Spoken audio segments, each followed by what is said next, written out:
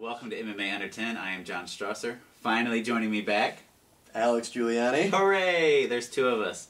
Let's just get right to it. There's a lot to talk about. Strikeforce this weekend. Nick Diaz versus KJ Noons, the rematch. This time for Diaz's title. And, does Diaz get revenge from the first fight, or does Noons, walk away with another victory? I saw Noons against the in the Gurgel fight, and he looked good. He knocked him out. Noons is looking impressive, and I think that's why they gave him the shot, is because they're trying to push Noons a little more. He seems like a guy who could become a very popular fighter for Strikeforce. He's a good-looking guy. I'll give it to him. Yeah. So I would like to see Noons win this one. Well, you're an asshole for saying that, because Nick Diaz is the best fighter on the planet. I love the Diaz brothers, and sometimes they're not very smart and they just try and stand and bang. Even though they train under Cesar Gracie, it just makes sense that you would use your submissions a little bit more frequently. Yeah. But they throw more punches and bunches than anyone ever, and eventually it just wears on you. I think hopefully Diaz has a better game plan, comes out with a victory this time.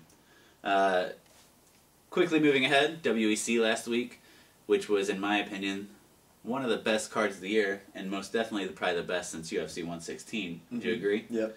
And right out of the gate, George Roop tries to take off the Korean zombie's head.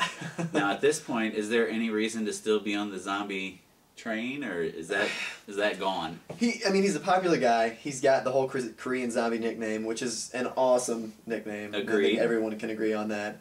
But the Leonard Garcia fight is what he's most famous for, because it was a crazy fight. We talked about it last time. Not necessarily skill wise, but just to brawl, it was an awesome fight. But I think it was shown that when he finally faced somebody with legitimate skill, he gets knocked out. So. At some point you can't just have an awesome nickname. You got to have something to back that up. Most importantly for him, some stand-up defense. George Roop from Season 8 of The Ultimate Fighter, who I expected to never hear from again. Here he is picking up, easily the biggest one of his career. Yeah. And he must be terrified of the supernatural because he tried to take his head off. Mm-hmm. And props to him, he got $10,000 as a bonus, which, I'm sure is great for him. But if you compare that to the UFC bonuses from 119, they were $70,000. So you're telling me CB Dalloway's submission over Joe Dirksen is worth $60,000 more than his head kick of the Korean Zombie? Yeah. I don't think so.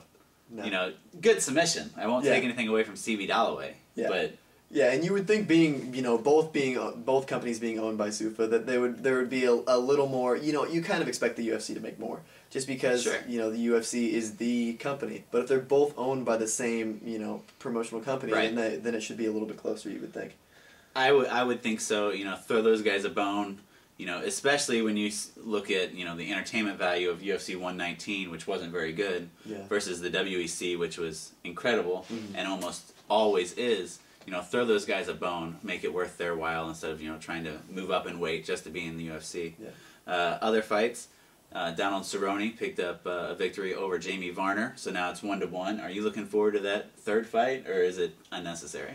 I think it's unnecessary. Cerrone pretty much dominated Varner in this fight, which everyone sort of expected to happen. I thought it was kind of funny how they sort of tried to hype it at the end with Cerrone sort of pushing Varner a little bit at the end, but it seemed forced, like they were trying to hype another match, but when one really isn't needed, in my opinion. I enjoy watching Jamie Varner get beat up. I thought it was funny that in the previous fight before that, it was considered a draw. Draws almost never happen, mm-hmm, in MMA, and to see that happen to him, I couldn't have felt better. But if they fight again, supposedly it's going to be in Phoenix, which is where Varner's from. I like watching Donald Cerrone fight, so if, takes him beating up Jamie Varner again, I'll watch that. Miguel Torres came back, got submission of the night. Good to see his mullet power rejuvenated. And also you got to see Jose Aldo beat up on Manny Gambarian. Now, does that solidify Jose Aldo as the best fighter in the world? Well, is he at the top of the list now? On my list. In your list, okay. Well, I saw an interview that he did, and he lists himself second behind Anderson Silva, which, you know, I'll give him that. He's like 100-0 in the last 4 years. But yeah, I mean, he's definitely up there. He's for sure top 5. Yeah, I thought he did really good. I thought it was interesting to me how he sort of, you know, let Gambirian stay with him, you know, in the first round, and then just destroyed him in the second. And he even said that was part of his game plan, which was weird. Yeah. But, yeah. Give Gambirian false hope that, hey, I can hang with the champ. Yeah.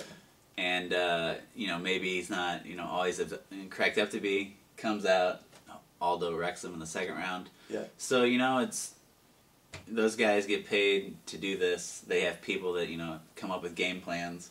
And obviously it was the right one because, you know, he looked impressive again. And, you know, pound for pound best in my heart, and that's the only heart that matters. So let's get away from WEC. You know, we got a lot to talk about. The biggest UFC maybe of the year, 121 coming up in a couple of weeks. Last night was the first primetime Lesnar versus Velasquez. And if you're a Mexican, boy, you are having a field day with this. Yeah, get out your maracas, because this one's going to be crazy. Now, you know, I understand them pushing the Brown Pride with Kane, you know, going to be the first Latino heavyweight champion of all time or something like that. Yeah. You know, you think I'd have that memorized with as many times as they crammed it down my throat last night. Exactly, yeah. Yeah, they had the whole, you know, even with the commercials to the UFC primetime, or not even the primetime, to the event, the UFC logo is displayed with the Mexican flag, you know, flapping in the background, like you know, this is, I mean, it is a huge thing. It is a huge thing if you're from Mexico, you know, and you know, obviously the UFC is trying to push that demographic. They'll probably want to have an event in Mexico, especially if Velasquez wins this. But it just seemed like they went over the top with it. You know, they had, you know, they interviewed his dad. You know, like, I understand he comes from a family of hardships, and they had to, you know, work their way up, you know, whatever. But it seemed like they're just going really crazy about it for some reason. I just can't believe the hype behind Velasquez. Yes, he's a good fighter, but when you compare him to Lesnar, I just think Lesnar beats him in every category. Yeah. You know, last night they were saying, you know, obviously his coaches are going to say he's better. Yeah. But to say he has better wrestling than Lesnar, he better make Lesnar chase him. That's the only thing I have to say, because Lesnar's a big guy. That's a lot of muscle. If he makes him chase him a little bit, he's gonna get worn out. Yeah, they say Kane has unbelievable cardio. That's Kane's main, you know, thing, is he has crazy cardio. So if he makes Lesnar chase him around, you know, stick and move strategy, which I'm sure that's probably what his coaches have worked out, because he's not gonna try to wrestle him. You wouldn't think so. Yeah, I don't think he's gonna try to stand up with him. You know, maybe for a little bit. You know, I think he's gonna try to get in and get out, and that's his game plan. You know, he needs to work his speed. But, you know, if Lesnar can take a shot from Carwin, he can take a shot from Velasquez. Yeah. Admittedly, he didn't take it very well. Yeah. But you go back and watch Kane's fight with Congo, and he got dropped twice. Yeah. You know, if Lesnar hits you, you're going to go to sleep, especially, you know, seeing that he got dropped twice. You know, and you just look at the caliber of competition they faced. You know, Velasquez's biggest victory is over Nogueira, and, you know, he's old at this point. A pillowcase to knock him out. And whereas Lesnar, you know, got past Carwin, who is probably top 3 heaviest punchers in UFC. Oh, for sure. You know, took his best, ended up beating him. Yeah. You know, took out Couture, which, you know, he's getting old too. Took out Mir. So it's, you know, he's faced better competition. You know, he's, you know, had his back against the wall. You know, he's been in the spotlight. Velasquez hasn't. You know, and I think, you know, they say he's, you know, he has more experience.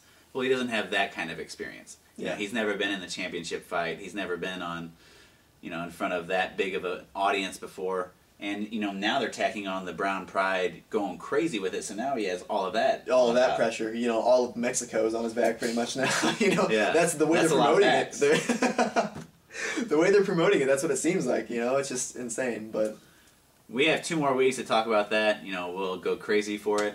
Fight Magazine, you're on my hit list. This has been MMA Under 10. I'm John Strasser. Alex Giuliani. Boom.